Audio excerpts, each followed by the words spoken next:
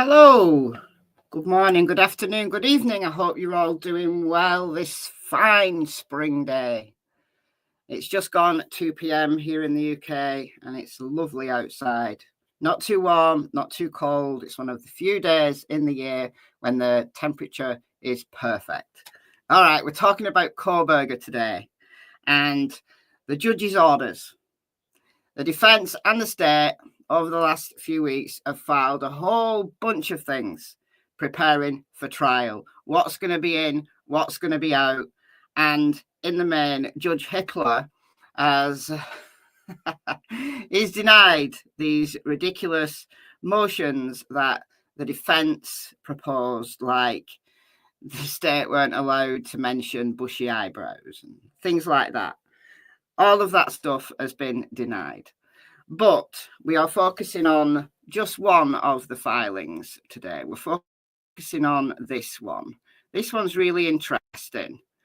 This is relating to the state's motion in limine regarding the text messages and the 911 call. So this is the text messages between the surviving roommates and the 911 call. So the state wanted to include these because they believe that there are exceptions to the hearsay rule. I don't even know why this is a question, honestly. And I said this in the live stream when I went through the motion of this, that it's perfectly normal in trials to show text messages and play the 911 call. So I don't know whether it's an Idaho thing or whether it's, I don't know, something else. But we're going to go through this. It's quite long, 25 pages, but I'm not going to read it all for word. There's a few things that I'm going to skip. But it gives us, Judge Hippler has given us some extra details about what was going on in the house. What was going on in the house in the hours between the murders occurring and the 911 call. So I find this really interesting. So we're going to go through that because it just gives us a little bit of extra information to fill in that gap, those 8 hours. What was going on in those 8 hours? So Judge Hippler, in writing this, really long response, has given us a little taster. So it's interesting. And also, I'm going to play just a few minutes of this. This was from a couple of days ago now. This is Kaylee's dad, Steve Goncalves, and he's on the Drunk Turkey show. Now calls himself the DT show, but I still think of him as Drunk Turkey. So I'm just going to play a few minutes of this because Steve, look, think what you like about Steve Goncalves. He's been quite outspoken, less so in recent months, but certainly early on in the case, he was saying a lot. He was telling us a lot, probably maybe a little bit too much, maybe a little bit more than what law enforcement would have liked to have come out early on. And some of what he's saying is his speculation, and some of it he's pretty guarded. I think some things he does know, and he's just letting little bits and pieces out. And I thought his comment related to the 911 call was really interesting. So we're going to talk about that. All right, before we do, let me say a couple of hellos. See how many people are in the chat here. We've got RZTV, we've got True Crime Snoopy. Yeah, he's toast. He's toast. He's done. He's done. He's ready. He's ready to come out of the oven. Leave him in there a little bit longer. Let him get a bit crisp on the edges. But the trial is set for August. And I don't think Judge Hippler is going to want to continue it. Judge was very nice. I like Judge, but he was too nice. He was too quiet. He was too reserved. He was letting Ann Taylor run all over him and continue, and just kick it down the road. And that's a defense tactic. The longer that you can wait, the better it is for the defense if the defendant's guilty. Why? Because the further away it is, like the longer it goes on, the less secure people's memories are. Some key witnesses might even die, who knows? So it's a defence tactic when the defendant's guilty to try to kick the can down the road as far as possible. Now, I don't think that Judge Hippler is going to go for this at all. He's been very clear that he wants the trial to go ahead. He doesn't want any more continuances. So I think we are going to see an August trial. I mean, look, things might happen, but I think basically Idaho would have to, I don't know, the roof would have to fall in or something for Judge Hippler to want to continue it any further. What else have we got in the house? Mike, hello. Yeah, avocado toast. If that's an avocado, I think it might be. Oh, I do love avocado toast. I've not had it for ages. I've not had avocados for ages. I had toast today, but I had jam on it. So I need to get some avocados. Hello, Rebecca, Linda. A date for trial even. Yeah, August. I don't know. I don't know what the date is for the start of jury selection, but I know it's August. Hello, Britt. And we've got Nicola. We've got Flower Power, M. Osland, Windy Weather all winter. Windy Weather all winter. That's interesting. Robin, thank you for joining. Welcome to the Secret Agents Club. Go and check out the members area. Hi, Finn's mom, Robert, CW. Good afternoon to you. Cheryl, the Quiet Observer, Shazza, Shaker's sister, Aqua Blue, Barley Hops, Beth. All right.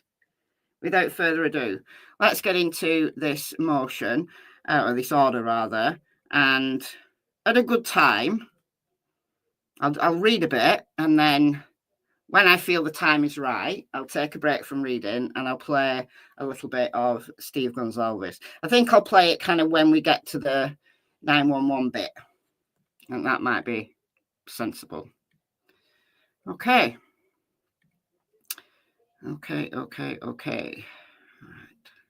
So this is the order, Judge Hippler's order on the state's motion in limine regarding the text messages and the 911 call. As I said at the beginning, the state wants to include them and the defense wants them gone. However, Judge Hippler he's not just said, yeah, he's given us 25 pages of an explanation as to his decision making. And it's not a yeah across the board. So he's being very fair. And if Judge Gull is, taking a peek into how things are done in this case, Judge Gull, if you're listening, this is how you write an order. You include the law, the explanation in legal terms, why you've given that order. You don't just say denied without hearing. And there was a hearing on this, April 9th. There was a hearing on this. A whole bunch of things were heard. So both parties have been allowed to speak. And the judge now has spoken. A big ol' howdy from Oklahoma. Howdy to you as well. Good morning, fellow Darksters. Darksters or walkers? Darksters. I like that. Been incognito. Heidi's been incognito. Interesting. Hello from Tennessee. All right. DM and BF. So we know them as Dylan and Bethany, but the DM and BF in the court filings. Two surviving roommates of 1122 King Road. At the time the homicides were believed to have occurred, DM saw a masked intruder in the house and began calling and texting the other roommates, including BF. Approximately 8 hours after DM saw the intruder, BF called 911 from her phone. Before the court is the state's motion to allow the text messages by DM and BF, testimony about their conversation with each other about what DM saw, and the 911 call. The state argues these communications are either not hearsay or qualify under one or more exceptions to the hearsay rule. Again, I've never seen text messages and 911 call being argued as hearsay. I don't know whether this is an Idaho thing or not. I don't know. It's also asked that a transcript of the 911 call be provided to the jury to view while listening to the audio, because the audio isn't great. Now, sometimes a judge will allow certain pieces of audio to be supplemented with a transcript. Sometimes they don't, because they say, no, the jury should listen and decide what it says, decide for themselves what it says. Defendant challenges several of the communications and objects to the use of the transcript. Oral argument on the motions were held on April the 9th, 2025, after which the court took the matters under advisement. The court finds that some of the hearsay statements on the 911 call do not qualify under the exceptions cited by the state and therefore must be redacted. So the court has said, Judge Hippler has said that only some of the 911 call will be heard. Like I said, he's being very fair here. It's not just a yay or a nay across the board. He's been very careful to consider each and every point. And although I'm only reading one of his orders today, there's several others that are equally as detailed with, point by point analysis. Very good. It must take him ages to do this, all of this. So it's not a yay across the board. All right, so the state hasn't just got their way. There are going to be certain things that are redacted from the 911 call when the jury hears it. However, the balance of the 911 call, as well as the texts and conversations noted herein, are likely admissible, provided that the requisite foundation is laid at trial. So there's got to be a foundation. They can't just play them, like they're doing in the Karen Reid case with those stupid media clips.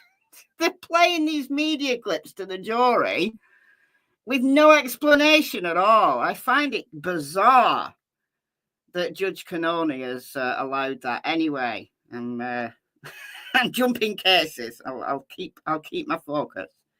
I'm all in Karen Reid at the minute. If you've been watching my trial recaps, you'll know that I'm all in Karen Reid at the minute. So this is a welcome break from it, to be honest. The transcript will be allowed as a demonstrative aid, again, assuming proper foundation is established. So the jury will get a transcript. I suspect Judge Hippler will say, and this is just my speculation based on how I've seen judges act in other trials, where there is a supplementary transcript, they will say the transcript is just an aid. I want you to actually listen, and what you hear is the evidence. What you hear is the evidence. The transcript is just a supplementary. So I'm guessing there's going to be some kind of instruction to this. Okay, standard. Whether a statement falls within the present tense impression and or excited utterance exceptions is a question that is left to the sound discretion of the trial court, giving consideration to the totality of the circumstances. Use of demonstrative aids is also discretionary. So demonstrative aid in this case is a transcript. On discretionary matters, the trial court must, 1, correctly perceive the issue as one of discretion, 2, act within the outer boundaries of this discretion, 3, act consistently with the legal standards applicable to the specific choices available to it, and 4, reach its decision by the exercise of reason. And I absolutely do think that Judge Hippler has used a large amount of common sense and good reasoning here, as well as the law. Again, are you listening, Judge Gold? This is how a judge should write an order. Facts. After spending the evening, now this is where we get some really interesting little snippets, just additions to what we know already. After spending the evening out, roommates DM, BF, Kaylee, Maddie returned to their home at 1122 King Road in the early hours of November 13th, 2022. At approximately 2 a.m., they met up in Kaylee's bedroom and talked for a while before going to bed. So we know that Kaylee and Maddie have been out to the corner club. And then on the way home, they'd stopped at the grub truck and got some food. DM and BF weren't with them. They were out elsewhere. But all four of them got together in Kaylee's bedroom before they all decided to go to bed. Now, we didn't know that, did we? But interesting. So they met in Kaylee's bedroom and talked for a while before going to bed. Now, it is interesting that if they met in Kaylee's bedroom, both Kaylee and Maddie were in Maddie's bedroom. So at some point, DM and BF went to their bedrooms and Maddie must have gone to her bedroom. And then Kaylee's joined Maddie, I assume. Or did Kaylee initially go to sleep in her bedroom and then, when she heard a noise, came in? So I don't know. The fifth roommate, Xana, who was out with her boyfriend, Ethan, was not home yet. The roommates debated going out to the food truck for a late snack, prompting DM to send a text at 2:10 a.m. to an Uber driver she knew to see if he was driving. So Kaylee and Maddie had already been to the grub truck. Now, it was Maddie who got the food, I think. So this is why DM texted the Uber driver, because we have wondered why she texted the Uber driver to ask if he's driving. Presumably wanted the Uber driver to pick them up and take them all to the grub truck. Maybe they saw Maddie's food and thought, oh, we're hungry now. But they then decided against it. Ultimately, they decided just to go to bed. At approximately 4 a.m., DM heard strange noises and crying coming from the bathroom. She opened her door at one point and saw a man dressed in black with a ski mask on walking by her bedroom door. She then placed calls and texts to her other roommates to see if they were awake. Only BF, who resided on the ground floor, answered. They spoke once for 24 seconds, during which DM told BF she thought she heard something. Now, we don't know the content of those calls, except we get a little nugget about those calls. So you got to read the footnotes, though.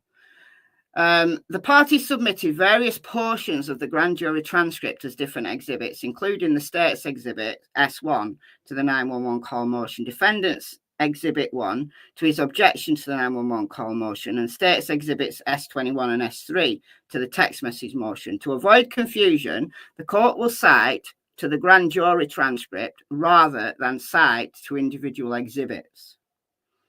Citations to DM and BF's phone activity in bubble format attached as Exhibits 1 and 2 respectively to defendant's objection to State's text message motion will be referenced as Exhibits D1 and D2.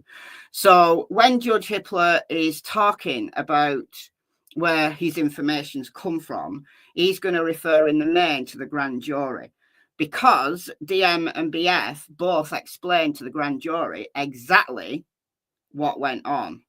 We only know part of it. So all of these people who are saying that DM and BF behave strangely, especially DM, you don't know the full story. As I've said previously, you don't know the full story. Why are you trying to blame these two women when you don't know the full story? There's a load we don't know. Things are being dripped out slowly in motions, but there's a whole lot more that happened. And I'm glad that Judge Hippler has given us a little bit more of that drip feeding, because it's starting to fill in some of the blanks. Now, it's not going to help the pro-burgers who think that Dylan and Bethany did something and they're the real culprits. It's not going to help them because they're a lost cause. However, for those of us who are open-minded, it's interesting, really interesting, because it adds in the context, or at least some of it. Okay. So, 24 seconds, DM told BF she thought she heard something. They spoke again a minute later for 41 seconds when DM told BF she saw a man in a ski mask leaving the house. So, she actually saw him leaving the house. Oh, footnote 3. BF testified to her recollection of the content of these 2 phone calls before the grand jury. However, DM could not recall specifics about what was said. So this came from Bethany. I think DM was probably a little bit too freaked out to really remember, but Bethany remembers, and it was about what Dylan saw. So she actually saw Bryan Kohberger leaving the house. And if you don't like me calling a constitutionally innocent man Bryan Kohberger, all right, we'll just call him Bryan. It could be any Bryan. Could be any Bryan, couldn't it? All right. They then exchanged the following text messages between 4:22 and 4:26, and we've seen these before. So Dylan, no one is answering. I'm really confused. Kaylee, so to Kaylee. Then back to Bethany. What's going on? And then Bethany. Yeah, dude. WTF. What the fuck? Bethany again. Xana was wearing all black. So maybe Bethany's thinking, well, Xana was wearing black. Maybe you saw Xana. Dylan, I'm freaking out. No, it's like a ski mask almost. Bethany, STFU. Shut the F up. Actually, Dylan, like he had something over for head and little and mouth. Bizarre. Bethany, I'm not kidding. Oh, I'm so freaked out. Bethany, so am I. Dylan, my phone is about to die. F. Bethany, come to my room. Run, down here. DM, I'm scared though. Now, some people think that says screwed. I did a whole little video on this. I think it's scared. Based on the context, I think it's scared. And based on the letters, like if you look where your letters are, so she's gone S, C, and then instead of the A, she's hit the caps. So instead of A, she's hit caps, and then the next letter then is in big R, and then she's done W instead of E because they're like next to each other, and then she's got the D right. So even though there's a letter missing, like for it to say scared, there's a letter missing, but what she's done is instead of hitting the A, she's hit the caps. So then when she's got the R, it's made it uppercase. So I think that's what's happened. And then Bethany says, yeah, I know, but it's better than being alone. So we do know that Dylan did go down to Bethany's room. During the foregoing exchange, DM also attempted contacting Ethan Chapin through Snapchat. So again, this is all grand jury. So GJ Trans is grand jury transcript. She again tried calling Kaylee and Xana, but neither responded. DM then exited her room and began running towards BF's bedroom. On her way, now listen, she actually saw Xana. On her way, she noticed Xana lying on the floor of her bedroom with her head towards the wall and her feet towards the door. DM thought Xana was drunk. So the door was open, or at least enough for her to see inside. So Xana actually was viewable. So she didn't stop to check, presumably because she was scared and she was going to just run down to Bethany's. But we didn't know that, did we? That's huge. That is huge. Survivor's guilt is a thing, absolutely. Of course it is. Once DM arrived at BF's room, they locked the door and both made additional unanswered calls to the other roommates. At 4:32 a.m., DM again texted Kaylee, please answer. That's footnote 4. Right, he's just saying it's not him. It's not Judge Hippler making the typos. He's giving the original. DM testified before the grand jury that Instagram is a text messaging app that is used by young adults to communicate. That comes next. With no response. Between approximately 5 a.m. and 6:30 a.m., DM engaged in activity on her phone, primarily creating, editing, and deleting images and videos. So I wondered whether they both fell asleep, because there's a 3-hour gap in the text messages that we've seen so far. There's a 3-hour gap between like 4:30ish and then 7:30ish, when Dylan she calls her dad at like 8.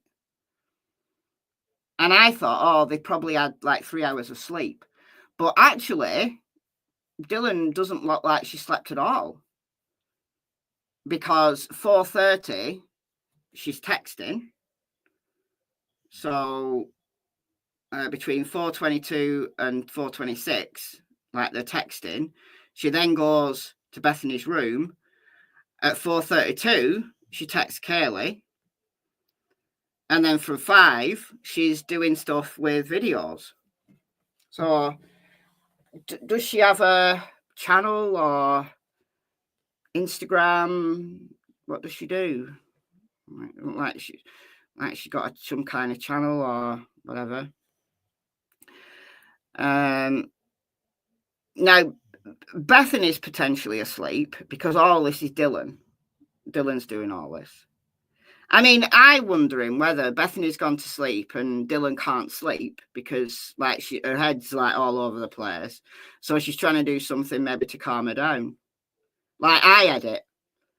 If I'm stressed, doing something that's like a little bit repetitive, like editing. Like if anybody in the chat edits their own videos, you know, whether you've got a YouTube channel or something else, and you do editing, it is pretty repetitive, because you have to kind of keep going back, cutting bits out and then moving things and then adding things. So it is kind of repetitive, like you're hearing the same text over and over again. So I enjoy it, but some people hate it. Some people absolutely hate it and will pay someone to edit their videos. I would never pay anyone to edit my videos. It's part of the process. I enjoy editing videos. Not super brilliant at it, but I'm good enough and I enjoy it. So if I was stressed or I couldn't sleep, doing something like editing, I probably would if I had something to edit. So she's probably nervous. She's probably not like shaking in her boots, but she's probably too nervous to sleep. Like she doesn't know what's going on, and probably she knows Xana's lying there, so she's probably thinking like, well, what should I do? Should I check? Should I do something? What should I do?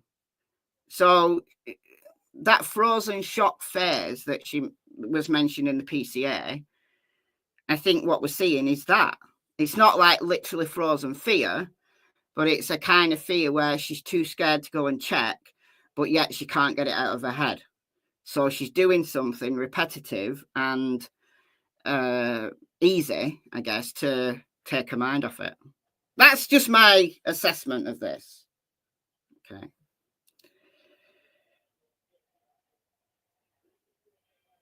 All right. Her phone activity then ceased until 8:05. All right, so she maybe did go to sleep, like 6:30. Maybe she did sleep for like an hour and a half. Maybe she dozed off. Where DM accessed Instagram for a few minutes. So that relates to this. She testified before the grand jury that Instagram is a text messaging app that can be used by young adults to communicate. And again, that's something else I speculated, that her being on Instagram and Snapchat, she may have been DMing people and snapping people, like to talk to them. Okay. Her phone activity then ceased until 8:05, when DM accessed Instagram for a few minutes.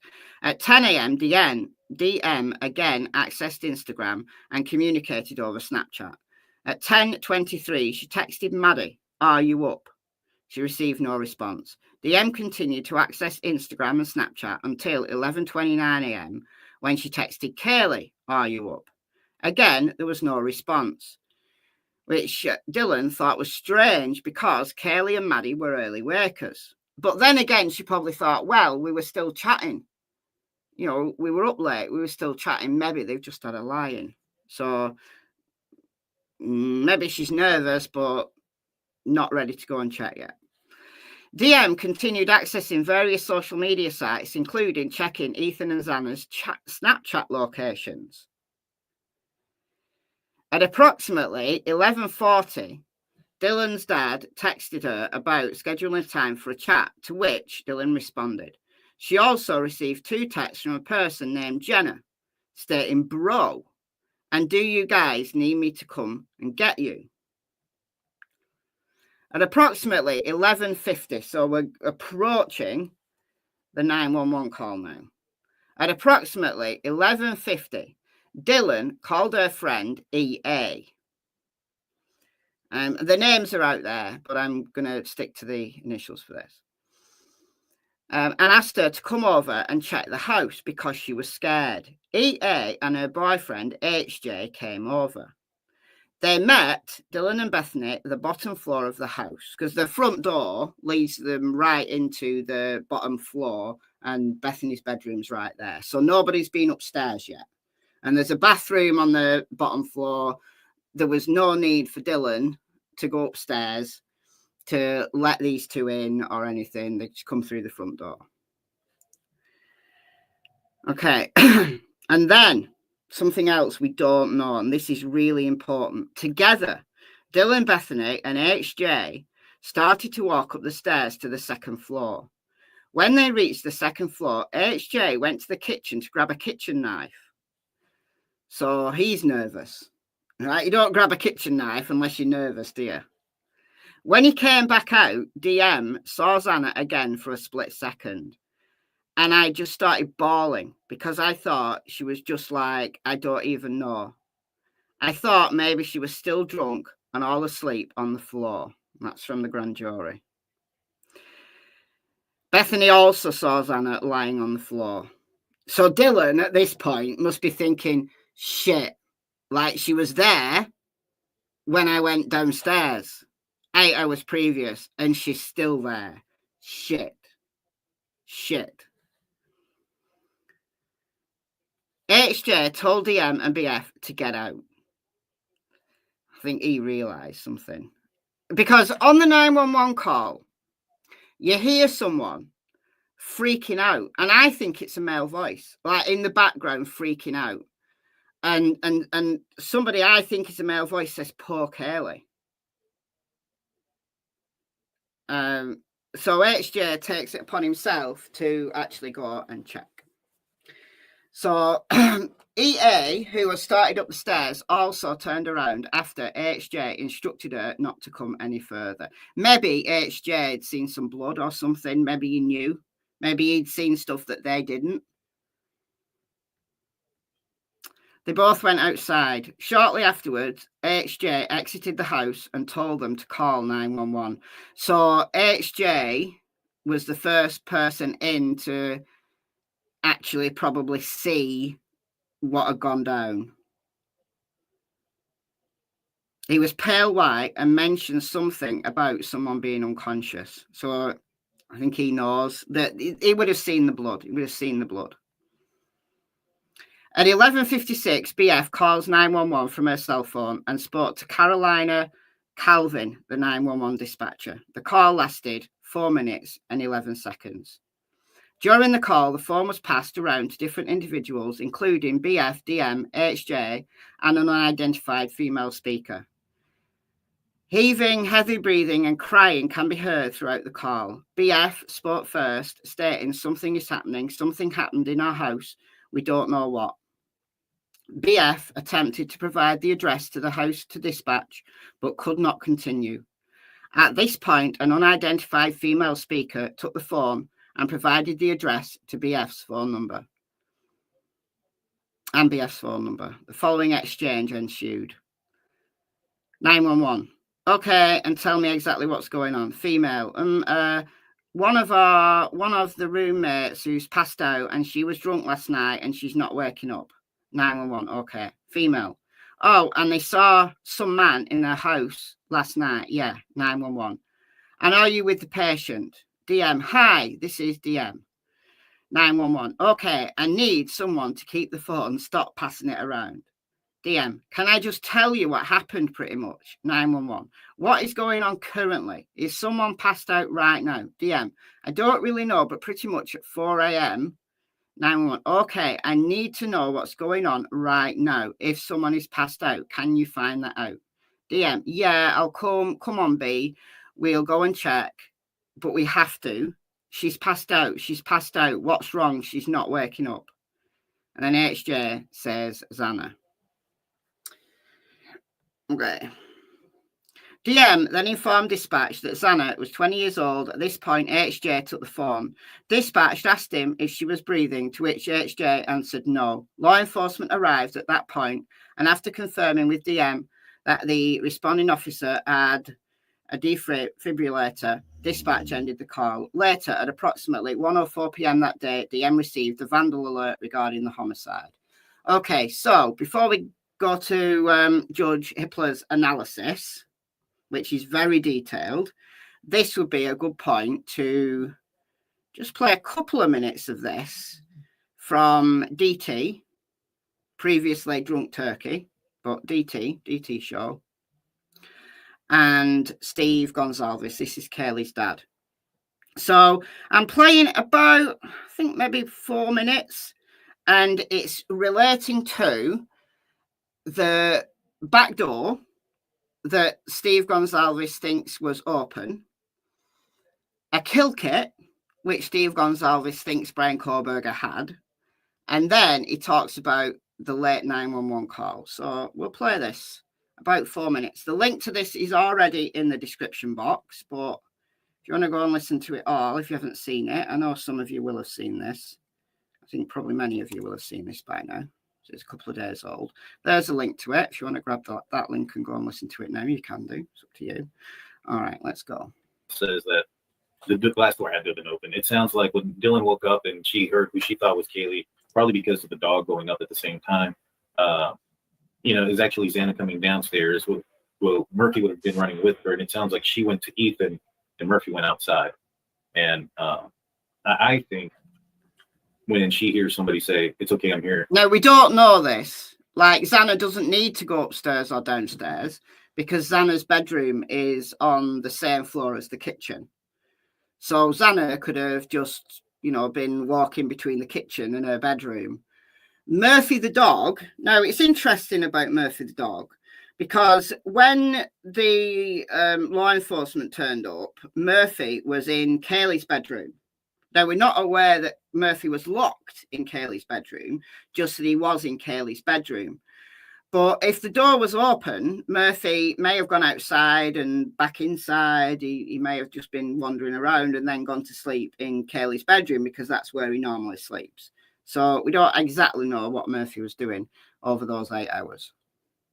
But it makes sense that the door was open so Murphy could go out. Otherwise, he'd be whining and crying, wouldn't he? Because he'd need the toilet. So it makes sense that the sliding glass doors at the back were actually left open. Jennifer, thank you for the $1.99. Thank you so much. Very kind of you. To help you is that confrontation in the hallway between maybe Xana turns around to see what's going on, and there he is. And, he says that in order to surprise her, I guess. Yeah, one of the death penalty qualifiers is that actually I'm here to help you when that individual could have just left. They didn't have to kill him. So that's it. Like, if his target was Maddie or Kaylee, I think his target was Maddie, honestly. But because he went to Maddie's room, and it just so happened that Kaylee was in Maddie's room or came into Maddie's room. But he didn't have to kill Xana and Ethan. They were collateral damage. He came across Xana probably in the kitchen or in the hallway. And probably she ran to the bedroom and he followed her saying, it's okay, I'm going to help you. It's okay, I'm going to help you. And then he gets in the bedroom and there's Ethan. And I think maybe Ethan confronted him. And then he slays them both. And I think it was Xana who said, there's someone here, because she's right there. She's right there on that floor. And if she's heard noise upstairs, so Kaylee and Maddie are already dead by the time Xana comes out into the kitchen, maybe to put her food in the kitchen or to eat her food. And she hears something upstairs. She hears some commotion upstairs. The door's open. She says, there's someone here. Presumably she says that to Ethan. And then she comes upon this man. And he says, I'm going to help you. But she legs it and he follows him.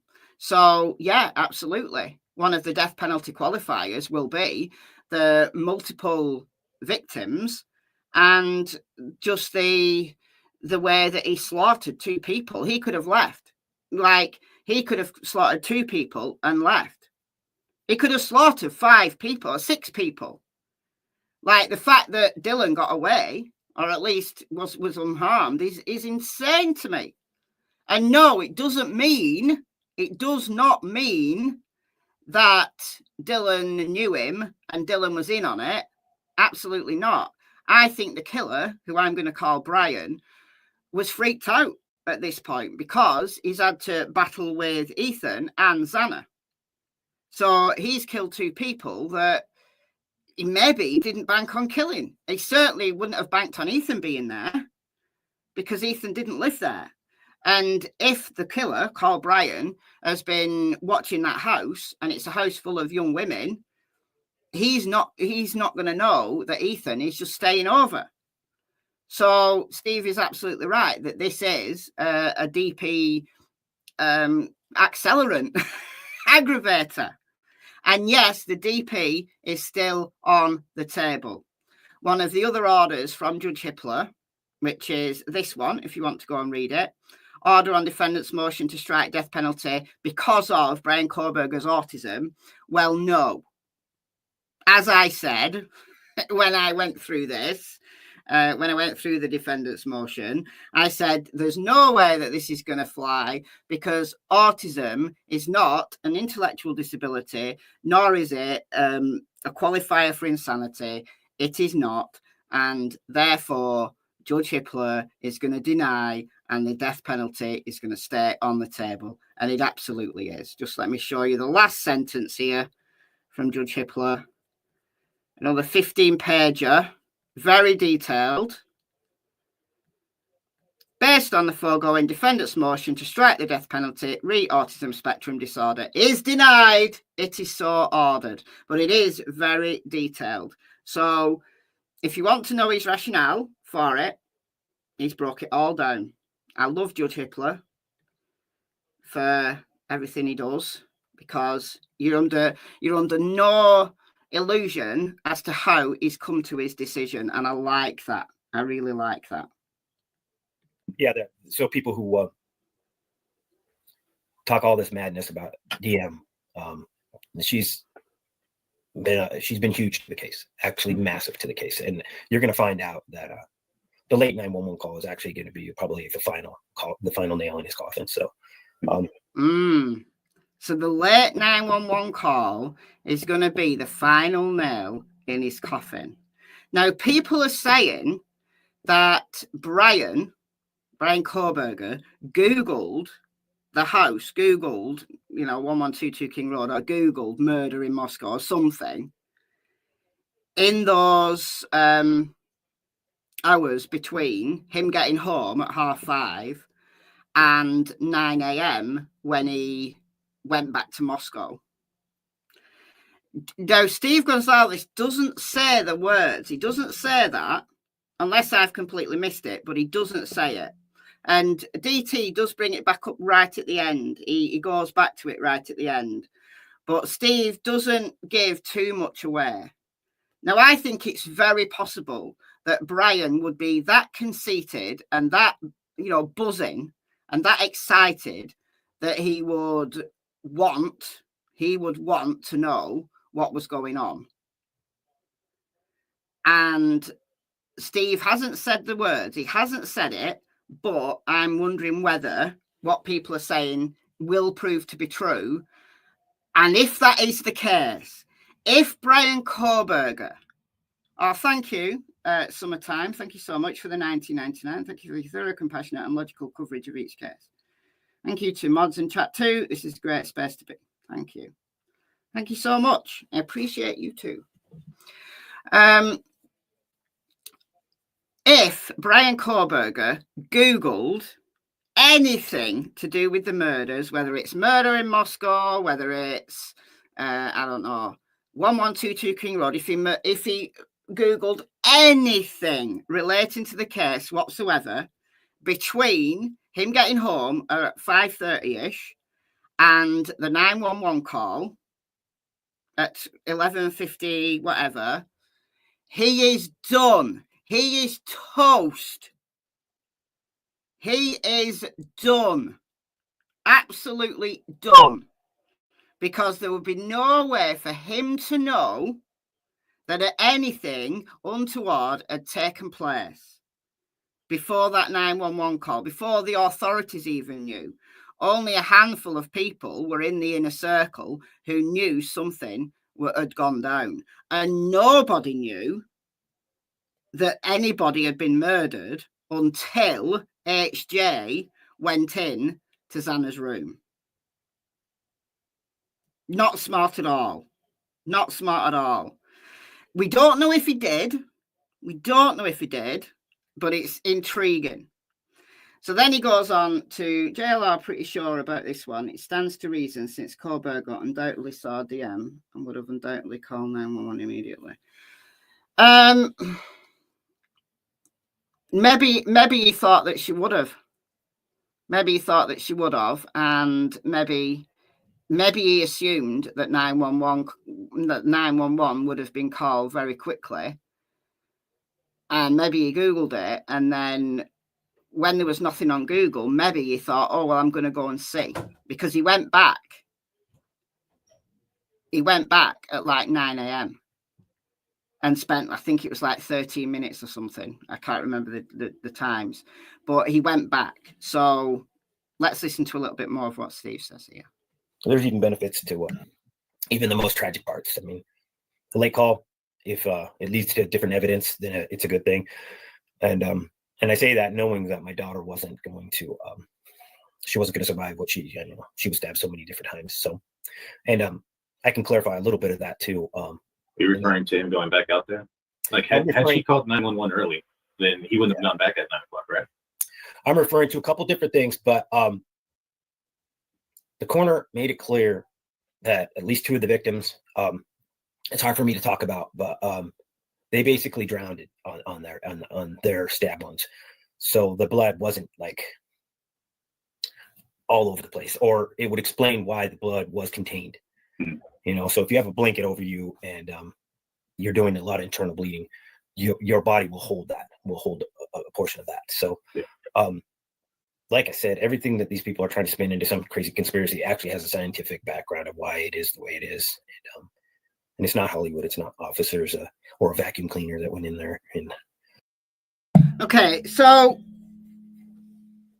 relating to the blood, there was blood spilt. We know there was blood spilt because blood was seeping outside of the house. So I think that would have been Ethan's blood. Because if Xana was like on the floor, I think maybe the bed was up against the wall. So maybe Ethan was on the bed and maybe the blood dripped down from him. So when you just looked in the room, maybe you didn't see any blood immediately, but you had to actually go in the room to see it. But there was blood spilt. We know there was blood spilt. We know it would have been bad. But drowning in your own blood. Look, if it pierces your lungs, then yes, you do. You essentially drown. It's horrible, horrendous. I mean, really bad. So the point he's making is that, yeah, people are saying that it's really dodgy that this 911 call was like at noon and this all went down at 4 and DM knew something was wrong. And I get it. I do get it. I do understand why people think that it's odd that they waited that long. And I think it was because she was shocked when she saw the killer called Bryan, but she wasn't really sure what she was seeing. I think she probably didn't want to overreact. And then she saw Xana, assumed she was drunk, and then it's only the following morning when everything starts to unfold that the horrific dawning would have come upon her that this actually was a multiple killer who she'd encountered. And how he just completely ignored her, I think it's because he was shattered. That he didn't expect Xana and Ethan. He was shattered and he just left. And we've seen from Judge Hippler's testimony here in this order that she actually saw him leave. Candalee, member for 35 months. 35 months. Yeah, a judge that does not put up with a bunch of BS. Absolutely. I'll play just like one more minute of this. It's a really interesting conversation. Really interesting. So if you haven't seen it, I do recommend it. But, some of it is Steve's speculation. But he talks about a kill kit now. Vacuumed up stuff or whatever these crazy people want to say. I think the vacuum cleaner is just the K-bar with one of the shirts that he grabbed and wrapped it around it. So you have a K-bar in your hand and you wrap a shirt around it. What does it do? It goes big and then goes down. Yeah. And I think he just seen the amount of blood. He wasn't sure if it was his. Yeah, he's blood everywhere, so he just wrapped it up and bolted out of the house with trying to mitigate the trail as much as he possibly could, because he was going to that door where he had the rest of his kit. Do you think that we're going to find out in this trial what the prosecution believes he did with that knife? So Steve believes that Bryan left a kit, his kill kit, at the door. I think he did. I've always thought that Bryan had a kill kit. Like, he's taken on board what I assume that one of his idols would be Israel Keys. That Bryan Kohberger thought he was going to be as clever as Israel Keys, have his kill kit, become this massive serial killer, and it would outsmart everybody. Because he's really that conceited and that arrogant that he thought that. So I absolutely believe he had a kill kit. I absolutely believe it. And it would have had change of clothes. It would have had stuff to hide the things he needed to hide. And Steve's got an opinion on that as well. I know some of the background of where they looked and what they were trying to find. And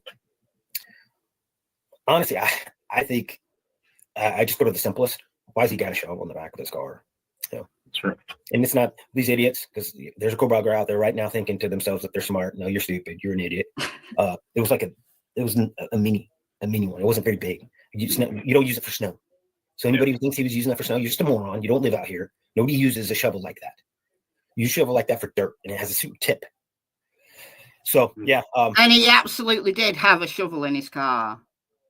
And yes, he could say, "Oh, it's for snow." Because I've moved to Washington and I thought I'd need a shovel for snow. And yeah, I think he's buried some stuff. I think somewhere in the middle of nowhere, there's a bunch of stuff that's been buried. And I think potentially he would have dug the hole already. The nights when he'd been out stargazing. I think what he was actually doing was scoping locations. He might have been looking up at sometimes, looking at the stars at sometimes, but I don't think that's the reason why he was all over the wilds of everywhere. I think he dug a hole already and he knew where his hole was, and he just went, dumped his stuff in it and filled it in with dirt. Because it's vast. It's vast out there. I also think potentially that he put some stuff in the Snake River, because the following afternoon, like the afternoon of the 13th of November, he went all the way south to the Snake River. He was caught on surveillance at a coffee shop. So we know that he was right there on the banks of the Snake River. So I think that that visit was also to get rid of some stuff. Driving around with a shovel tells me that he probably had something to do with that, because then that gives him the ability to go back and get it. Mhm. You know, and he showed all these. This was a fantasy for him. You know, he planned it for a long time, and so that was going to be. Yeah, we know he did, because 8 months previous was when he bought the K-bar knife, the sheath, and the sharpener. So he'd been planning it for at least 8 months. You know, the FBI were the ones that told they would be surprised about the kill kit. So it wasn't like I came up with that and I had some insight about this true crime stuff. I didn't know. So the FBI believed that Bryan had a kill kit. Yeah, absolutely. Yep. They told me they wouldn't be surprised if he surveilled the house multiple times. Wouldn't be surprised if he stuck into the house. You know, whether he did or not, I'm not saying he did. I'm not saying he did or he didn't. I don't know that. But I don't know that the profile that they built of this individual said that this person was going to surveil the house and be comfortable with it. Because, I mean, it's a knife. I mean, when you use a knife, it shows a certain level of planning and a comfort level that you're going to go in there. And these houses, people might not know this either, that these floor plans after COVID, they all went online. They put floor plans so you didn't have to ask to go see these houses. Yeah, there was the floor plan online. Look, if you're surveilling the house, the floor plan ain't going to help you that much, honestly, because if you're surveilling the house because you've got one target, then you're going to want to know where that target sleeps. And it's believed that when he was surveilling, he was parked round the back, because it was perfect, absolutely perfect to surveil. If you park round the back, then you can just look into Maddie and Kaylee's rooms. You can see them in their rooms. You know when the lights go on, you know when the lights go off. And Steve says here, and I think it's early on in this conversation, Steve said that Bryan had visited 23 times. Now, we've not heard of 23 times. I think we heard 12 in the PCA. Visited the Moscow area. Now, Steve said that he was within 100 meters of the house. Now, he has on previous interviews said that his phone was close enough to be able to touch the Wi-Fi, to be able to, ping the Wi-Fi in the house. So 100 meters sounds maybe about right. My Wi-Fi, trying to think how far I can walk before my Wi-Fi goes off. I can walk from my house to the road. That's not probably quite 100 meters before my Wi-Fi goes off. So, because I don't live on a road, like I live down like a track, so you have to walk down track to get to the road. I can walk to the road before my Wi-Fi starts to break up. So I don't know whether it's true, whether Steve does know that his phone was that close, or whether it's an assumption, but it's very interesting. And if that's the case, then it's not that he was just in Moscow to go shopping or to go to a restaurant or to, go sightseeing or anything like that. No, if his phone is close enough to the house to actually touch their Wi-Fi, to be picked up by their Wi-Fi, then that's insanely close. So who knows? Anyway, I'm going to leave that there. And again, very interesting conversation, nearly 2 hours. And it was the full, like Steve was on from the beginning and then right to the end. So interesting. Go and check it out. All right, let's go back to Judge Hippler now and finish the rest of this. So this is his analysis. So this is how he's derived his conclusions. The state seeks to admit DM and BF's phone records from November 13th, 2022, including call records and text messages, as well as illicit testimony by Dylan and Bethany regarding their communications with each other on November 13th, 2022, that they testified to before the grand jury. The state also seeks to admit the 911 call and the official transcript thereof. The state argues these records and communications are not hearsay, or they are accepted from hearsay as excited utterances or present tense impressions. Defendant objects, arguing that, apart from HJ's statements to 911 that Xana was not breathing, the exceptions do not apply to the hearsay statements. The court finds the bulk of the statements are likely admissible, with 3 exceptions of statements made during the 911 call. So we get to know exactly what is going to be excluded. We've heard the 911 call, but the jury are going to hear a redacted version. Hearsay is not an out-of-court statement. Hearsay is an out-of-court statement admitted to prove the truth of the matter asserted. To be hearsay, the statement must be intended as an assertion of fact and offered by the proponent for purposes of proving the truth of the assertion. If a statement is hearsay to be admitted, it must fall under an exception. Hearsay statements on a 911 call can typically be admitted into evidence under either the public record or business record exceptions to the hearsay rule. However, because citizens who call 911 are not under any duty to report, a recorded statement by a citizen must satisfy a separate hearsay exception. So this actually has federal reference. Interesting. Typically, these exceptions include the present tense impression exception and the excited utterance exception. The present tense impression exception authorizes the admission of hearsay as it's a statement describing or explaining an event or condition made while or immediately after the declarant perceived it. So this is what I saw right there, kind of thing. The rationale justifying the exception is that the immediacy of the statement offers no opportunity for fabrication. The rule recognizes that in many, if not most instances, precise contemporaneity is not possible and hence a slight time lapse is allowable. Okay. In Casey, the Idaho Supreme Court observed that time lapses as short as 45 minutes have been considered too long to invoke the protection of the exception. So it has to be a statement made right there, right then. So HJ, who's new to the house, his statements are definitely present tense impressions, definitely, because he turns up, sees Anna, speaks on the 911 call. So his statements definitely fall under present sense impression. The excited utterance exception to the hearsay rule authorizes the admission of hearsay if the testimony recounts a statement relating to a startling event or condition while the declarant was under the stress of excitement caused by the event or condition. To fall within the excited utterance exception, 1, there must be a startling event that renders inoperative the normal reflective thought process of the observer, and 2, the declarant's statement must be a spontaneous reaction to that event rather than the result of reflective thought. So Dylan and Bethany's text exchange would be an exception to the hearsay rule, in my opinion, based on this, because they're both present sense impressions and excited utterances. Certainly Dylan's was.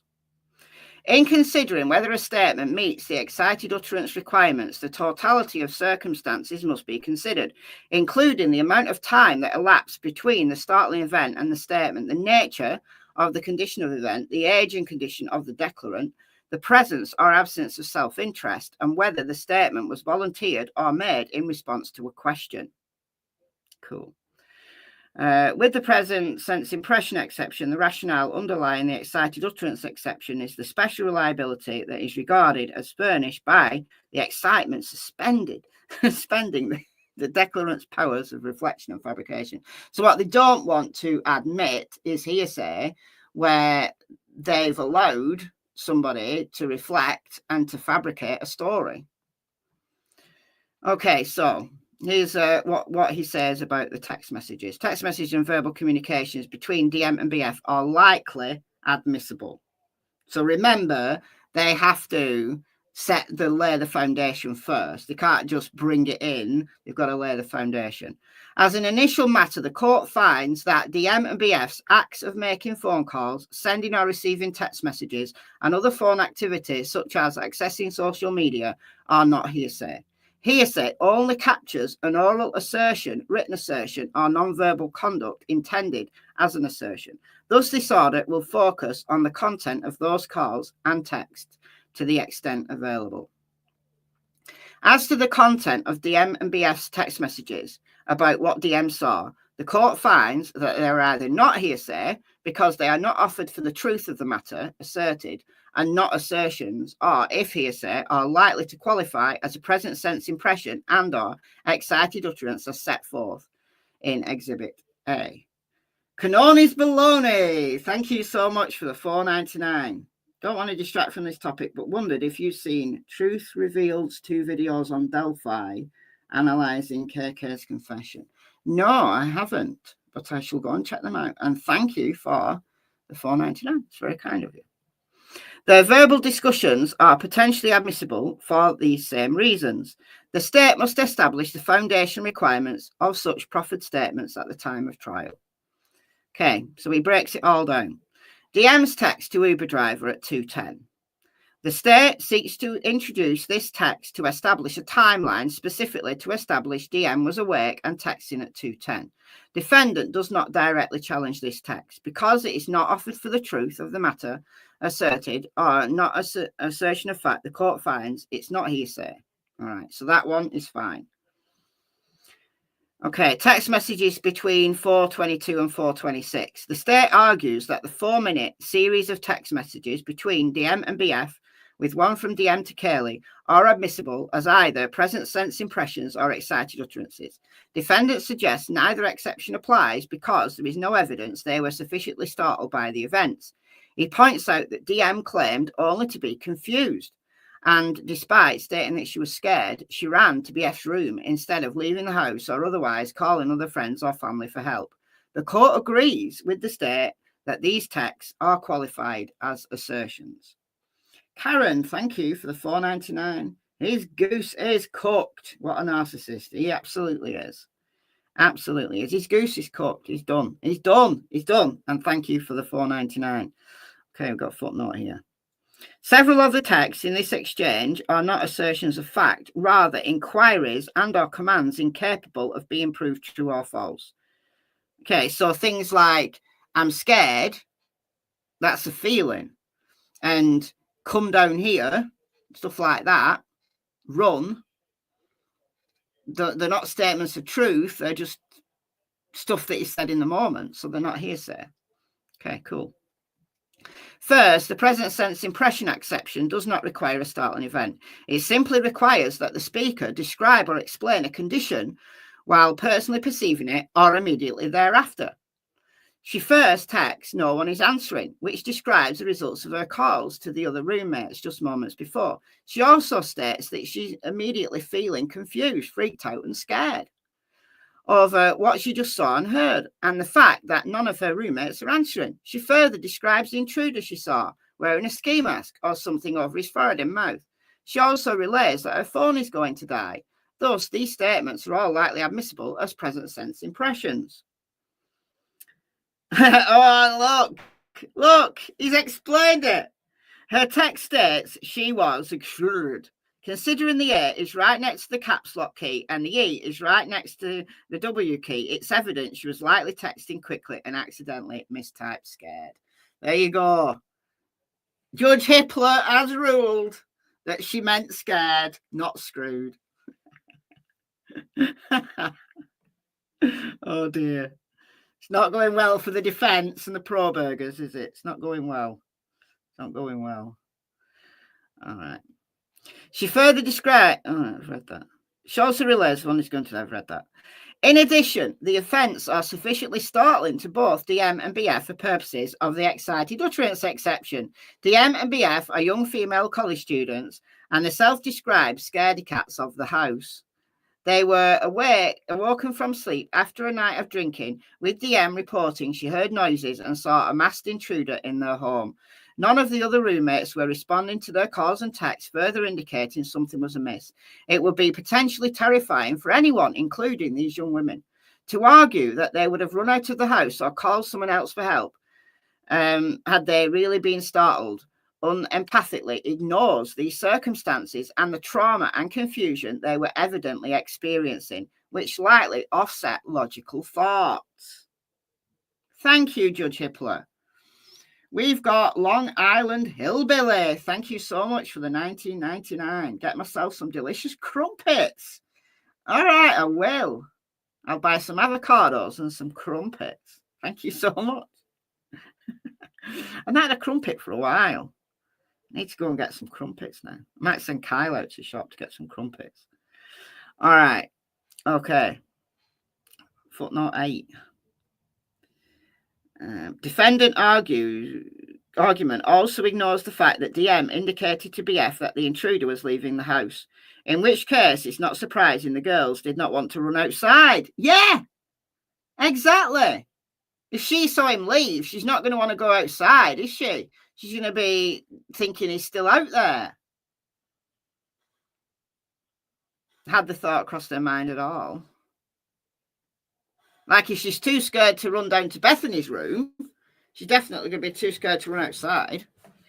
Indeed, the girls' fear and confusion is evident in their words, with both questioning what was going on, DM stating she was freaked out, scared and confused, and BF attempting to get them together quickly for safety. They were clearly under stress and attempting to make sense of the frightening situation. Additionally, the time period that elapsed between what DM saw and her communications with BF about the same matter is a matter of minutes.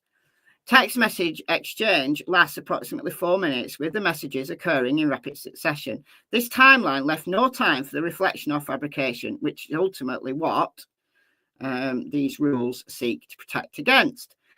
Consequently, the court concludes that the assertive text messages between these 4-minute period likely admissible as present sense impression and or excited utterances, assuming the prerequisite foundation is provided at the time of trial.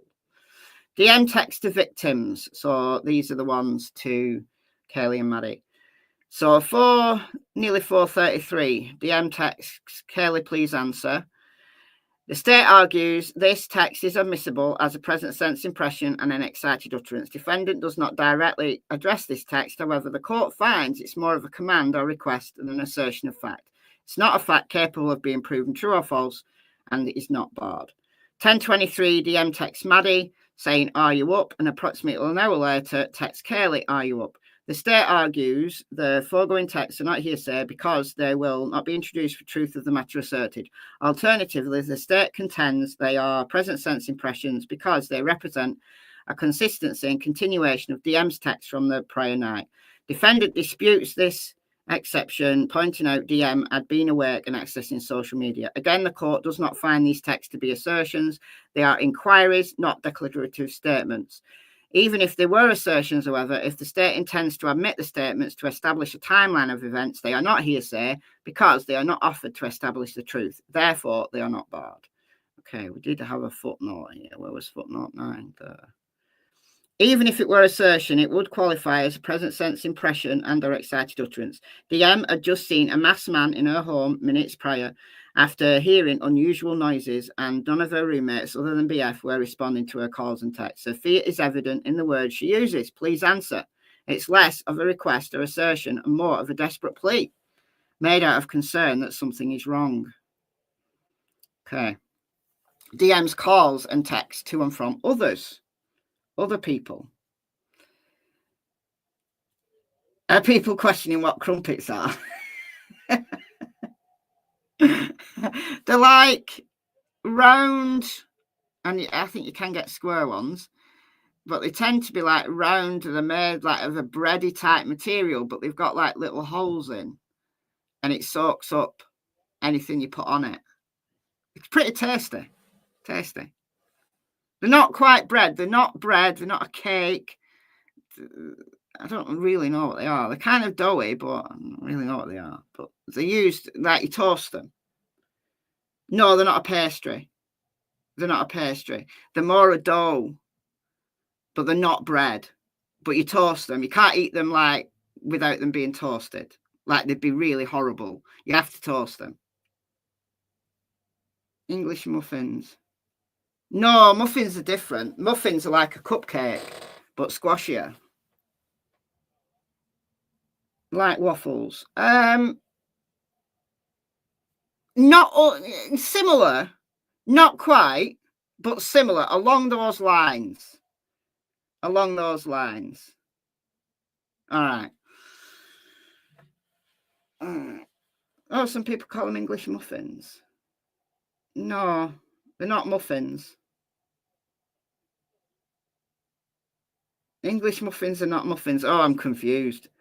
All right. Okay. Hold on. Let me find them. Crumpets.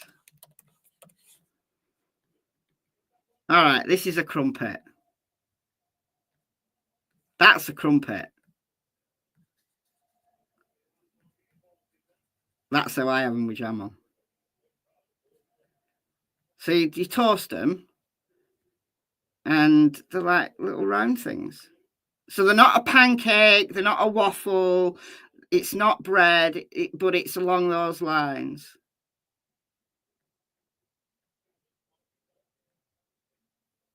Oh, you can make a recipe. Recipe for crumpets. Oh, it won't let me see it. Oh, yeah, it has. Iconic crumpet recipe revealed. All right, let's have a look. Ingredients to make 6 crumpets. So plain white flour, water, salt, sugar, baking powder, and yeast. So basically, what you put in bread. So it's bread, but it doesn't taste like bread. I'm gonna have to try and make them. I'm gonna try and make them and have a laugh. I'm gonna try and make them and have a laugh. All right, back to this. I'm not a good cook. I'm not a good chef at all. So imagine it going completely wrong. All right, DMs, calls, and text to and from others. The state contends that the text between DM and her dad, the text from JM, and the vandal alert are not hearsay because they will be offered simply to show a timeline for the morning and early afternoon. In addition, the state notes that the phone call from DM to EA is not a statement and therefore not hearsay. The court agrees and will allow the evidence for purposes of a timeline, okay, as long as the foundation. Verbal communications between BF and DM. The state next contends that it intends to ask DM and BF at trial about statements they made to each other on November 13th. It's argued the testimony will likely replicate that provided by the witnesses at the grand jury proceeding. The state contends they are admissible under the present sense impression and excited utterance exceptions. Defendant does not directly address the argument. To the extent DM and BF seek to testify about the content of the calls, texts, and conversations about what they perceived during the 4:30 time frame, they could potentially be admissible under the exception cited by the state. However, the state must establish the foundational requirements for such proffered statements.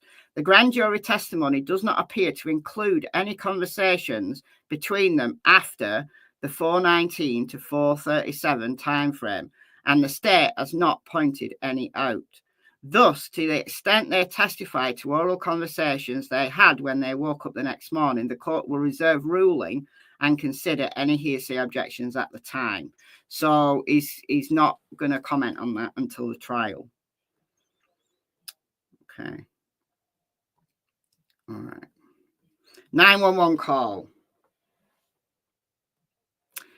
The state contends that the entirety of the 911 call should be admitted because the statement herein are non-hearsay, i.e. not admitted for the truth of the matter asserted, or they are accepted from the hearsay rule as present sense impression or excited utterances. Defendant generally objects to its admission, but takes particular issue with 3 statements within the call. The court finds the defendant's objection to these specific 3 statements well placed, but will allow the balance of the call because the statements are either not assertions, not admitted for their truth, and or they are accepted for the rules previously explained. Initial statements. The 911 call begins with BF telling dispatch something is happening. Something's happening in our house and we don't know what. This statement falls squarely within the present sense impression exception that BF was experiencing concern that something was wrong with their roommates. HJ had instructed her to call 911 after walking through the house. Thereafter, BF attempts to provide dispatch with the address of the house before an unidentified female speaker takes the phone and provides the address and BF's phone number. This exchange is not offered for the truth, but the matter asserted, therefore, is not barred. Female, one of the roommates who's passed out and she was drunk last night and she's not waking up. The state, I told you we went through point by point, and I really mean it. The state argues this statement is a present sense impression because the female speaker is describing the scene around her. Thank you, Sherry, for gifting 5 memberships. That's very kind of you. We've got J Catcher, Zag, Webs of Deceit Untangled, Sarah with an H, and Avocado Toast. How appropriate. Thank you so much, Sherry, and welcome to you all. Go and check out the members area. All right, so the state argues this statement is a present sense impression because the female speaker is describing the scene around her. However, as defendant points out, the roommate's issue in the statement is Xana. The only individual that experienced or saw Xana unresponsive were DM, BF, and HJ. Thus, defendant contends the exception does not apply because the female speaker never saw Xana unresponsive and thus lacks first-hand knowledge of the information contained in the statement. The inquiry here turns on whether the event the female speaker is describing or explaining is that Xana is unresponsive, as the defendant contends, or whether it's more generally the scene unfolded in the house, i.e. that her friend saw Xana unresponsive.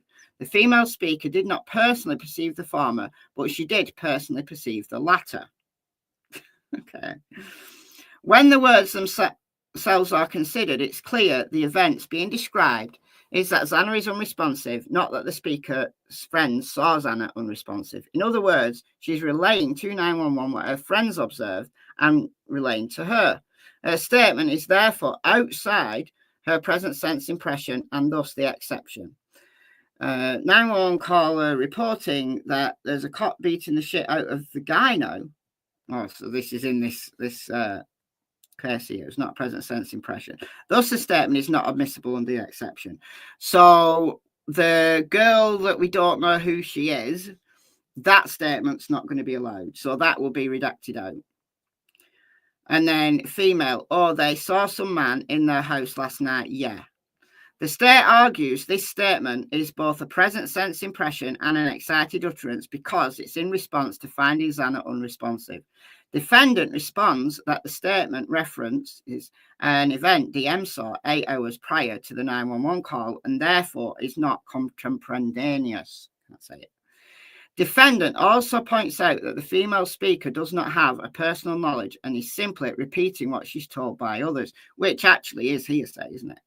The court agrees that the present sense impression exception does not apply to the statement because the speaker is recounting what someone else perceived. Additionally, there is no contemporaneity since she's describing an event that occurred hours earlier. The excited utterance exception does not apply either. Okay, so what does he do? Okay, we're not going to read the law. Here, likewise, the audio of the 911 call does not indicate that the speaker's normal reflective thought processes were rendered inoperative. Her voice sounds calm relative to BFs and DMs. Although a slight nervousness can be detected in her voice, she's not audibly crying or breathing heavily. In fact, the speaker took over speaking to dispatch because she was more composed than BF, who initiated the call. Further, the speaker did not personally see Xana unresponsive, nor did she see the man allegedly in the house. She's simply repeating what others told her, so the statement does not provide insight from her own thought processes. Consequently, this statement must be redacted. So basically, the person who is taking over the call, because she's calm, doesn't really know what's going on. She's only heard what others have said. Therefore, that's hearsay. That will be redacted. Okay, cool. DM's attempts to explain events. After the female speaker cedes the phone to DM, DM identifies herself and asks if she can tell dispatch what happened. Dispatch responds by asking what is going on and if someone is passed out. This exchange will not be offered for the truth of the matter asserted and therefore is not hearsay. However, DM states, I don't really know, but pretty much at 4 a.m. ... The state argues this statement is a present sense impression or an excited utterance because DM is trying to explain to the dispatcher what she saw while under the current excitement of realizing that her roommate is not waking up and something could be wrong in the house. Defendant disagrees, of course he does, noting the event DM begins to describe what occurred 8 hours prior. He further argues it's not an excited utterance because she and BF had several hours to reflect on what she had seen and experienced at 4 a.m. Defendant is correct that the statement does not qualify as a present sense impression. While DM personally perceived the event she is beginning to describe, the contemporaneity aspect is missing. She is attempting to narrate an event she saw 8 hours earlier. The excited utterance exception does not apply either. While DM is no doubt under the stress of excitement caused by realizing Xana is unresponsive, her reflective thought processes appear intact. She's starting to draw connections between Xana being unresponsive and what she saw and heard 8 hours prior, something she has had time to reflect on. She does not launch spontaneously into what she saw at 4 a.m. Rather, she asks the dispatcher if she can explain what she saw. Based on this exchange, it's clear that her powers of reflection are quite active, thus obviating, never heard that word before, the purpose behind the exception. The statement, therefore, is not admissible and must be redacted. Okay, so quite a bit of this call is going to be redacted. So he's being very fair here. I mean, literally sentence by sentence, he's analysing. Statements regarding Xana. Dispatch then instructs DM to find out if someone is passed out. DM appears to make statements to bystanders that they go check if Xana is passed out. This is not offered by the state for the truth of the matter and therefore not hearsay. DM then states that Xana is not waking up. HJ is heard saying Xana in the background. These are squarely present sense impressions because they're describing what the speakers are seeing. DM then responds to dispatch inquiry about Xana's age, again, not offered for the truth of the matter asserted, before HJ takes the phone and confirms that Xana is not breathing. This is also present sense impression and likely falls within. So that will be allowed as long as they give it foundation.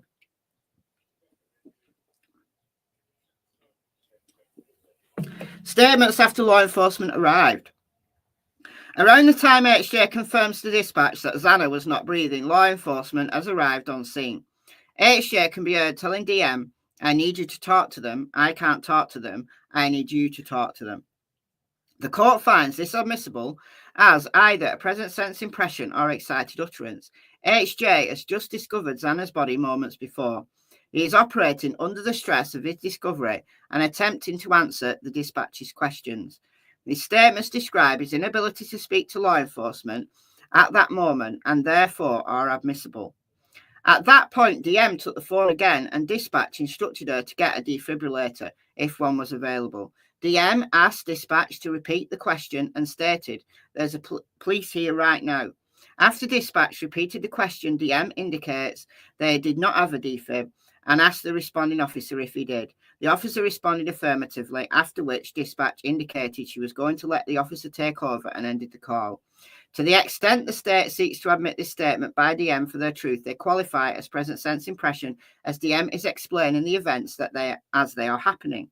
It's also likely admissible under blah, blah, blah, in so much as they regard the defib. Finally, many of the statements are not assertions, thus not hearsay. Okay, so that's in. So most of it's in. There's just some bits that are going to be redacted. Crying and breathing, heaving. Crying, breathing and heaving is not hearsay. Well, no, it's not, is it? Because they're not words. So no, crying and breathing and heaving is not hearsay. Anyway, let's see what the judge says.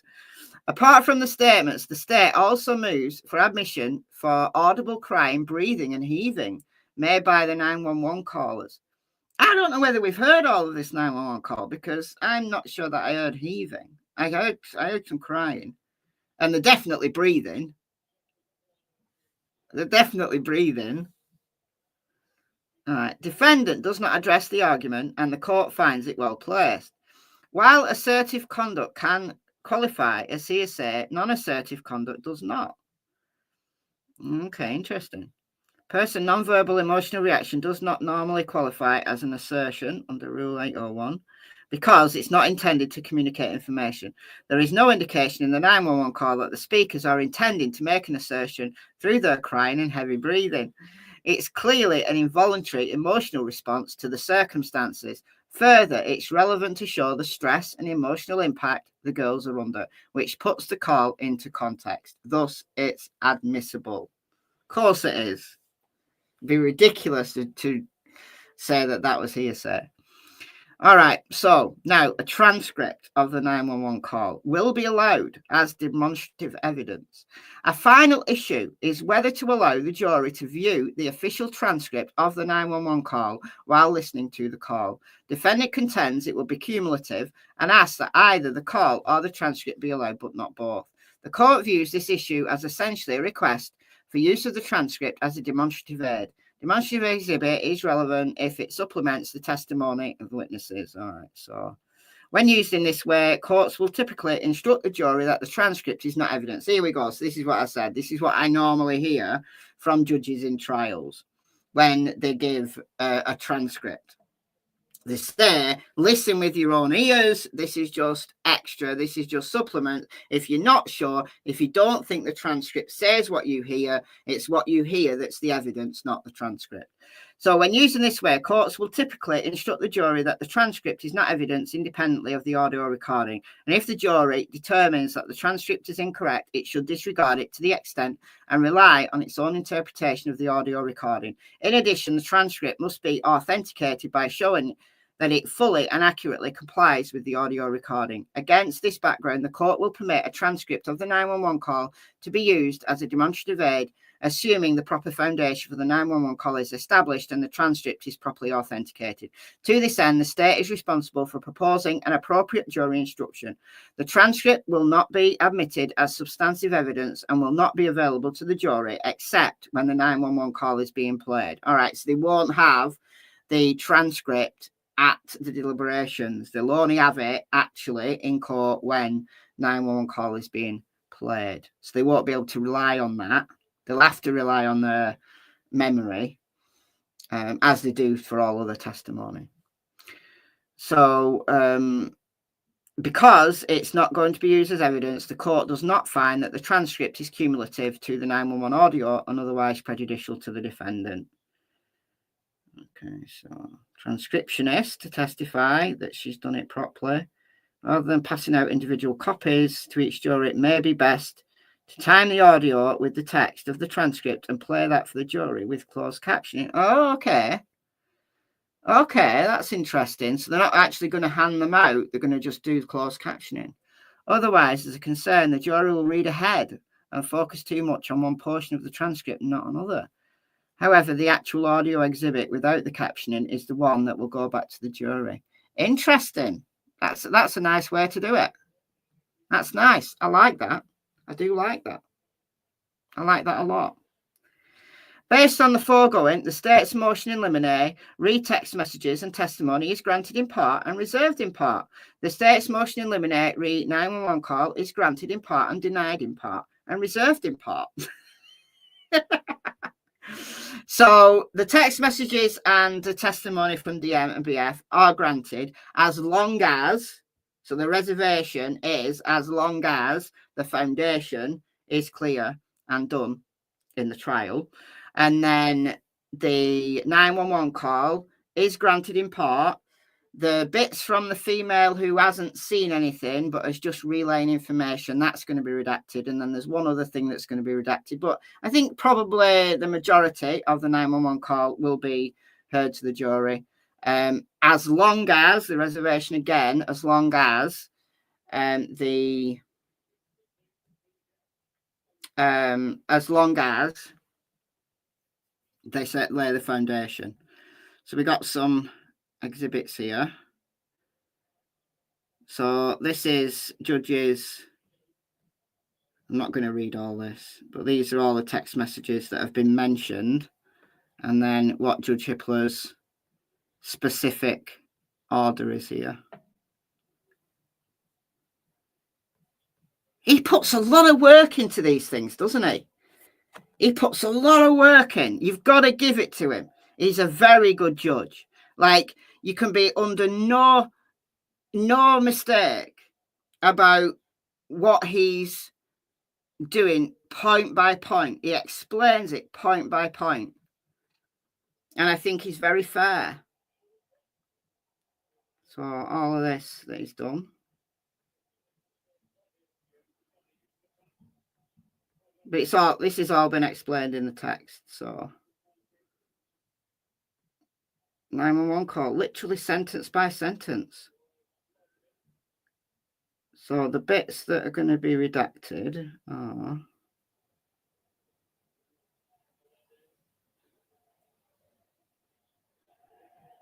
So that one, redacted, redacted, redacted, redacted, redacted. So it's going to be like a section of it. There's going to be one section that's not included, but most of it. Oh, we've got this. Hearsay does not qualify.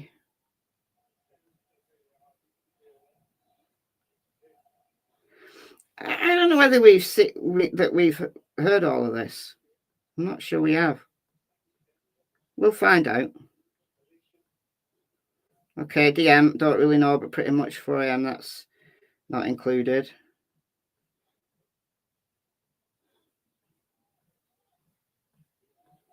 So they're going to get most of it.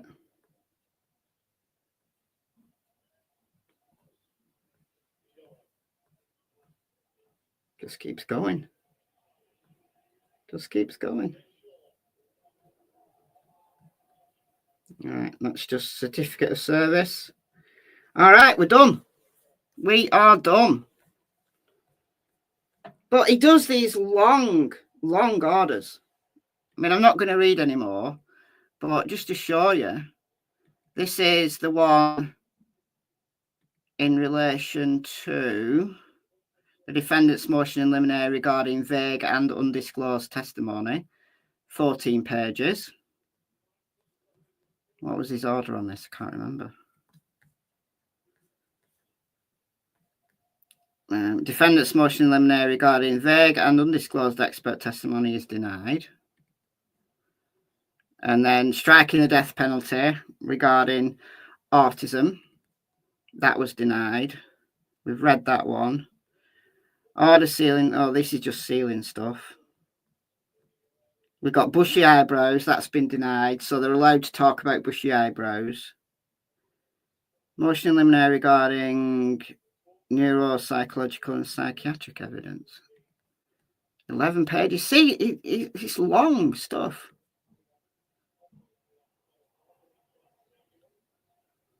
Based on the foregoing, states motion in limine regarding neuropsychological and psychiatric evidence is granted in part and reserved in part.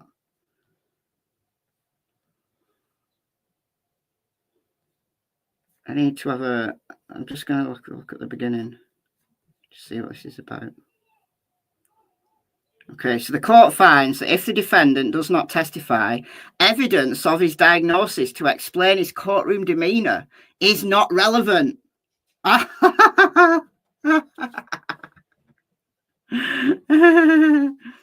Ruling is reserved as to certain behaviours that may become relevant in rebuttal, except for expert testimony that he was physically unable to commit the crimes for which there is no disclosed opinion.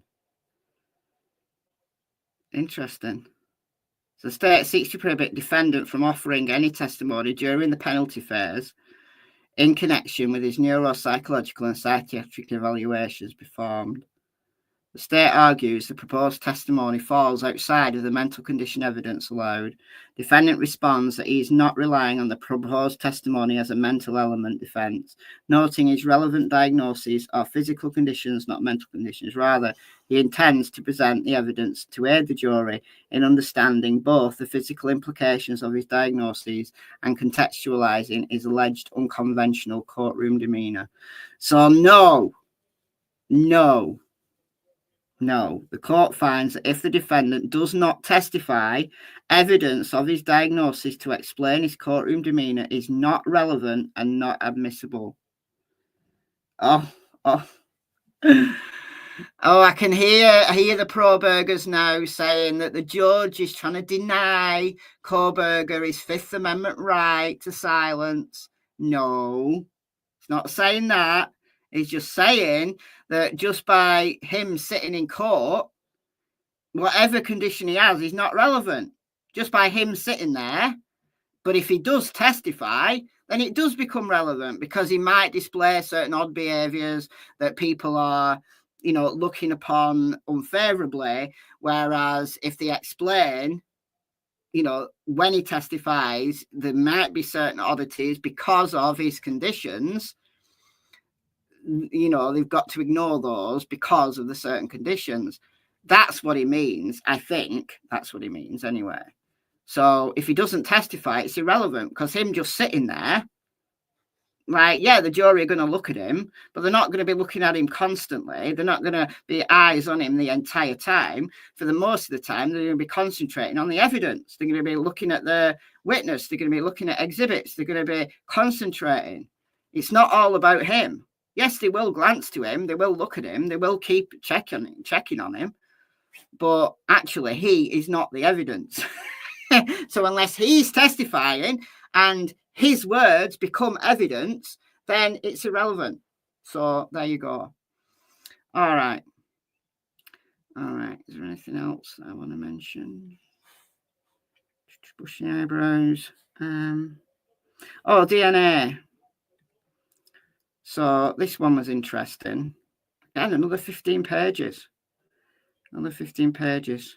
So this was to exclude the testimony of Nolan, the lab manager, and who disclosed by the state to testify about touch DNA and transfer DNA. So they want the terms touch DNA and transfer DNA not to be used.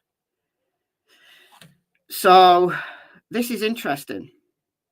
So oral argument on this motion on April 9th, after which time the court took the matter under advisement. The court does not find exclusion of Miss Rowling's opinions is warranted. However, the court requests that the parties instruct the witnesses to avoid the use of the terms touch DNA, contact DNA, and trace DNA. So he's recommending it. He's requesting it. He's not going to order it, though. He's requesting it. So they're going to have to find a better term. I'll just read you one paragraph of this just to explain what's gone down here. Right. It's based on the foregoing, the defendant's motion in limine, touch and contact DNA is granted in part and denied in part. So there is one paragraph that explains it really well, if I can find it. All right, here we go. Given the ubiquitousness of the term touch DNA, in not only the forensic DNA field, but in the legal and scientific field as well, the court is unwilling to prohibit the term, but he recommends they don't use it. There is too great a risk that a witness or counsel will inadvertently refer to the term out of habit, potentially giving rise to a motion for a mistrial for violation of a court order. Moreover, the court is not concerned that the jury will be misled, given that both parties have DNA experts who can easily disabuse the jury of any mistake or in correlating touch DNA with actual touching. That said, the court asks that counsel avoid using the terms. As much as possible, to any potential confusion can be bypassed. To this end, the parties are instructed to submit a mutually agreeable instruction to provide to the jury in case the terms are inadvertently used. If a witness uses the term, opposing counsel can examine the witness about the broader meaning of the term within the forensic community, and the instruction may be given at that time. So it's strongly recommended that they don't use the terms touch DNA, contact DNA. Okay, well, just use the term DNA then, because I think that's worse. I think that's more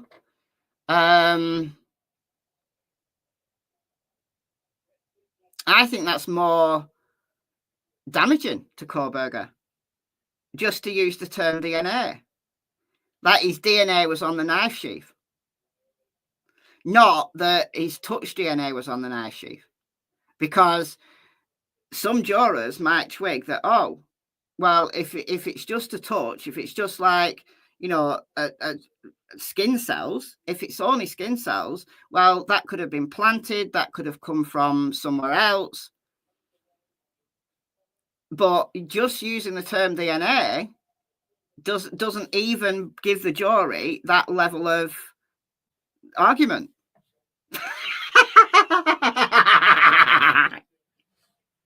Oh, I've said to you multiple times that Ann Taylor thinks she's clever, and all you pro-burgers love her because you think she's so clever, but she isn't. She shoots herself in the foot.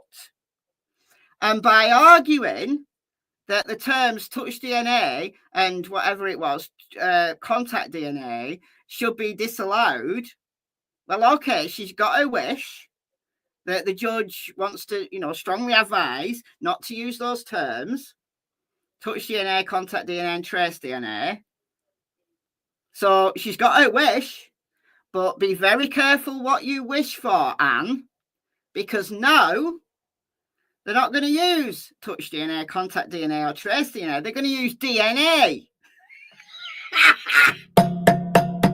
I love it. Oh, Anne. Oh, Anne. Oh, dear. Oh, dear, Anne. You're so thick. Honest to God. Honest to God. Make and model. Right, this is the last one I'm going to open. This is only 5 pages anyway.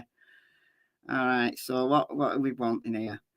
Defendant seeks an order precluding the state from referring to the vehicles depicted on the various surveillance videos as the same vehicle, suspect vehicle 1. All right, oral argument. The court finds that the state may present expert opinion that the vehicles depicted in the videos are the same vehicle as suspect vehicle 1. Okay. So that's denied. Okay. Based on the lack of continuous footage showing the vehicles captured in the various surveillance videos travelling to the crime scene at 404, defendant argues it would be improper for the state to identify those vehicles as suspect vehicle 1 or otherwise identifying suspect vehicle 1 as a 2014 to 16 Hyundai Elantra. He argues that any such testimony is speculative, blah, blah, blah, blah, blah.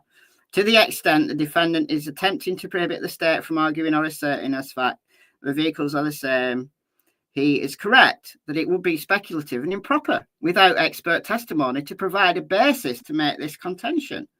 However, this prescription does not prevent the state from eliciting such opinion from law enforcement and asserting this is an allegation during the trial based on the testimony, because the proper thing to do is present what law enforcement investigated to the jury, allow the defense to cross-examine, because under cross-examination, they can unpick, well, how do you know that that's the same vehicle? How do you know that that one at that time is the same as that one at that one?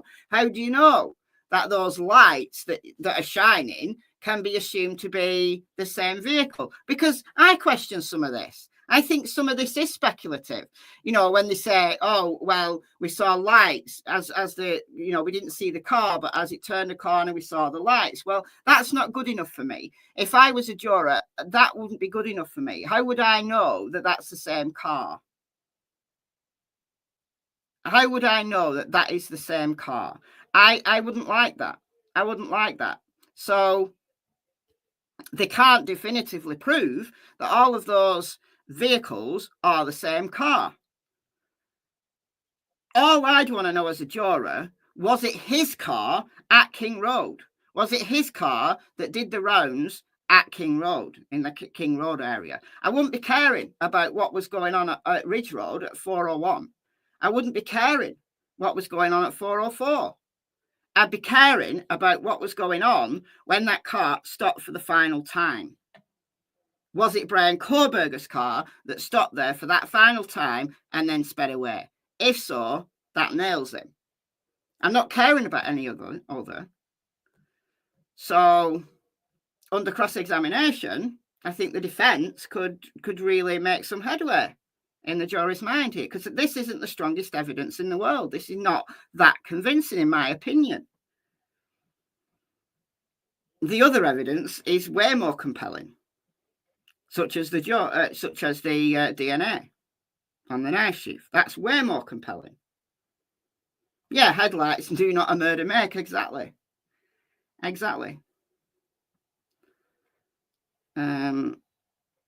Yeah, so such opinion and testimony does not usurp the jury's role as fact finder. The jury is tasked with determining whether defendant committed the alleged crimes. The state asserts that the perpetrator drove suspect vehicle 1, and based on the totality of the evidence, it was defendant's entire Elantra. The investigators' observations and inferences about the route of travel of the vehicle, its make and model, and whether the Ridge Road footage from 401 to the King Road footage at 404 depict the same vehicle, and whether the depictions were all the perpetrator's vehicle are relevant to this determination. The jury is free to weigh this evidence and the investigators' testimony against that offered by defendant, so their own witnesses and their cross-examination, and decide for itself what the surveillance videos depict and whether this supports the ultimate conclusion bearing on the defendant's guilt. Exactly. So the order is that the defendant's motion in limine is denied. So he's made some good decisions here and been very clear on why he's made those decisions. So for that reason, I like him. I didn't show you that, did I? But that's just what I've read. Only 5 pages.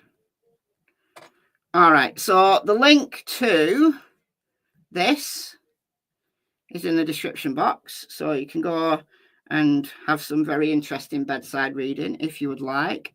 The link to this, the DT show with Steve Goncalves, is also in the description box. So there you go. And I'm going to go now.